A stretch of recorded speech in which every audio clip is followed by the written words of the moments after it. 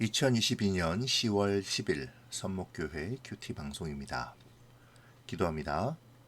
고마우신 하나님, 오늘도 묵상의 자리로 이끌어 주셔서 감사합니다. 연휴의 끝자락이지만 말씀과 동행하게 하시고 말씀 안에서 우리의 삶의 지혜를 얻도록 인도하여 주시옵소서.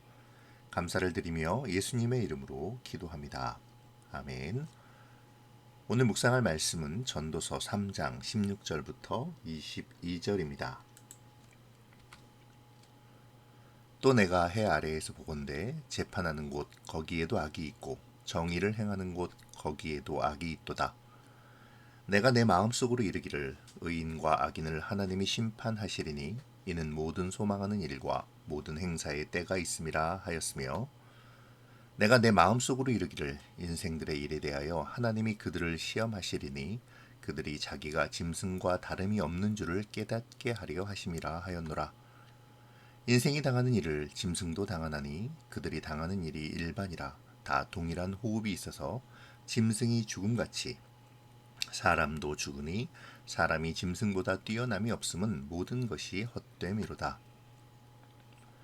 다 흙으로 말미암았으므로 다 흙으로 돌아가나니 다 한 곳으로 가거니와 인생들의 혼은 위로 올라가고 짐승의 혼은 아래 곧 땅으로 내려가는 줄을 누가 알랴.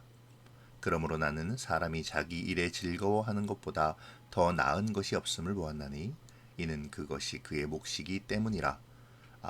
그의 뒤에 일어날 일이 무엇인지를 보게 하려고 그를 도로 데리고 올 자가 누구이랴. 아멘.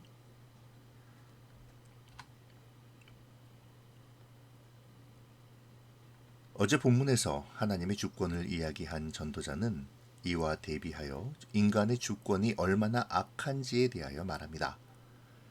16절에서 전도자는 해 아래 재판하는 곳과 정의를 행하는 곳에 불의가 있음을 한탄하죠. 여기서 재판하는 곳과 정의를 행하는 곳은 곧 인간의 통치를 의미합니다. 하나님의 통치는 의로우나 인간의 통치는 의로울 수 없다는 것이죠. 이미 타락한 존재이기에 악이 존재할 수밖에 없음을 말하고 있습니다. 상식적으로는 재판장은 정의가 살아있어야 합니다. 정의를 행하는 곳이어야 하고 악이 응징되어야 하는 곳이죠.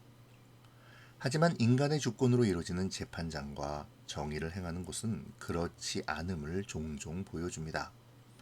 악이 응징되는 것처럼 보이지만 거대한 악은 정의를 비웃으며 빠져나가죠.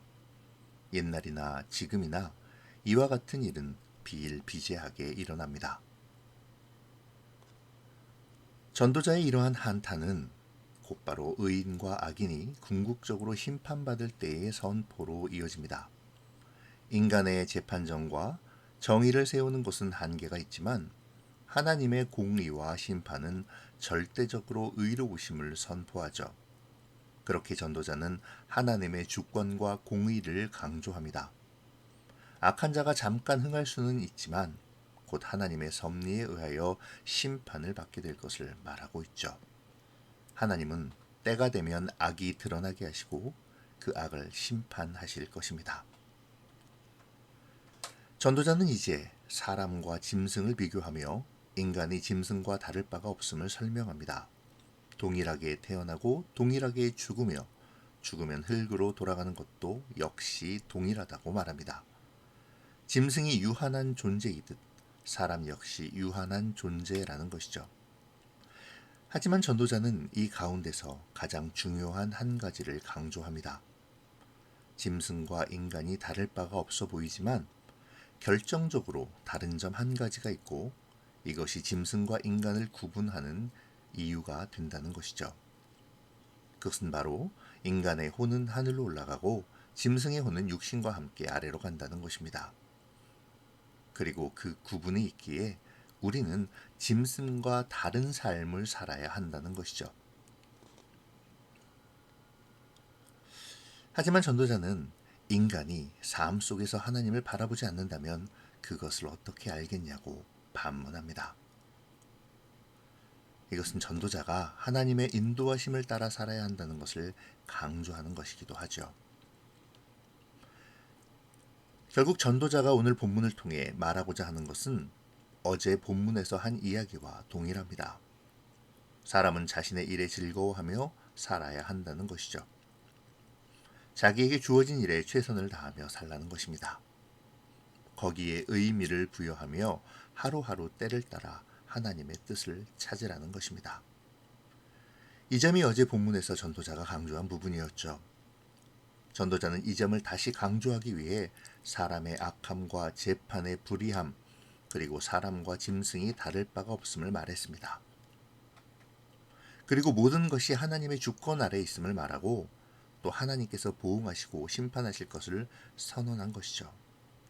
그렇게 우리의 삶이 어떠해야 하는지를 최종적으로 알려주고 있는 것입니다.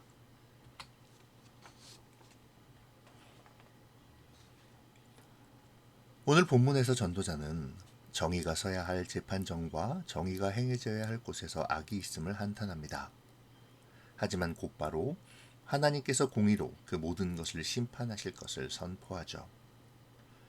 우리가 경험하는 세상은 불합리하고 악함 투성이입니다. 권력과 부를 가진 자가 득세하고 그렇지 못한 자들은 고통과 어려움 속에 살아가는 것처럼 보이죠. 전도자 역시 이러한 세상을 잘 알고 있었습니다. 그리고 하나님의 때에 심판이 있을 것이라는 것도 잘 알고 있죠. 우리 역시 마찬가지입니다. 우리가 살아가는 세상이 불합리하게 보여도 하나님의 주권 아래 있음을 우리는 기억해야 하죠. 그렇게 하나님의 때를 소망하며 오늘을 살아가야 합니다. 사실 하나님의 때는 우리에게 주어진 오늘입니다. 그 오늘을 어려움 가운데서도 불의와 악함에 맞서 하나님의 공의를 세워가는 것, 이것이 바로 우리의 사명인 것이죠. 하나님의 공의는 반드시 세워집니다. 하나님은 공의로우시기에 반드시 그 모든 것에 보응하실 것입니다. 그러니 우리는 현재 우리의 삶을 온전히 살아가야 합니다. 죽음 이후 우리의 영은 하늘로 올라갑니다. 그러나 불의를 행하는 자들은 심판의 자리에 서야 할 것이죠. 히브리서 9장 27절은 사람이 죽는 것은 정해진 것이요 그 후에는 심판이 있다고 말하므로 이것을 증명합니다. 그러니 우리는 우리의 삶은 매 순간 하나님과 함께 최선을 다해야 할 것입니다. 범사에 기한과 때가 있다는 1절의 말씀은 바로 이것을 말해주는 것이죠. 우리는 우리가 무엇을 이룰 수 있다는 생각을 버려야 합니다. 그리고 오직 하나님과 동행하는 때를 살아가야 하죠. 우리의 모든 때가 하나님이 원하시는 삶의 모습을 보이는 시간이 되어야 합니다. 이 시간 날마다 우리의 죄악을 바라보며 회개하고 하루하루 주님의 공의를 세우는 삶을 위한 묵상의 시간이 되기를 바랍니다. 신앙생활을 하면서 실수하기 쉬운 것 중 하나는 하나님께 나의 삶을 인도해 달라면서도 모든 계획을 다 내가 세우고 그것을 이뤄달라고 요청하는 것입니다. 모든 계획과 청사진을 내 마음대로, 내가 하고 싶은 대로, 내가 되고 싶은 대로 세워놓고 이것을 이루어주시기만 하면 된다고 하나님께 요청하는 것이죠. 이러한 점은 하나님을 도깨비 방망이로 생각하는 것과 다름이 없습니다. 금 나와라 뚝딱, 은 나와라 뚝딱, 그렇게 내가 원하는 부와 권세, 평안과 안락을 요구하는 것과 다름이 없죠. 그러나 하나님은 우리가 그렇게 요구하면 그것을 들어주시는 우리에게 종속된 분이 아니십니다. 그분은 우리를 지으시고 우리를 다스리시며 우리의 인생을 살아가도록 인도하시는 분이죠. 그러니 우리는 하나님 앞에 잠잠히 인도하심을 바라며 그 인도하심을 발견하도록 기도해야 합니다. 그리고 하루하루 주님이 주신 때를 귀하게 여기며 그 인도하심을 따라 살아가야 하죠. 전도자가 내리는 오늘 본문의 결론이 바로 이것입니다.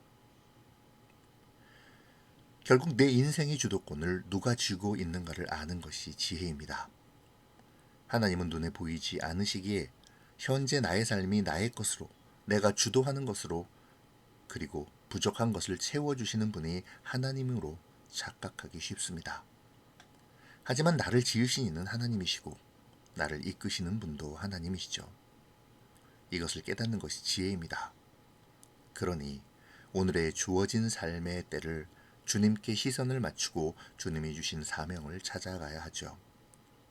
내 인생의 주도권이 하나님께 있으며 그렇기에 매일의 삶을 즐기되 그 안에서 주님의 인도하심과 기뻐하심을 찾는 주님을 위한 하루하루를 살아가야 합니다. 오늘 묵상을 통해 그와 같은 삶을 소망하는 우리가 되어지기를 바랍니다. 기도로 마치겠습니다. 고마우신 하나님, 오늘의 묵상을 통해 우리 삶의 의미를 다시 생각하게 하심을 감사합니다.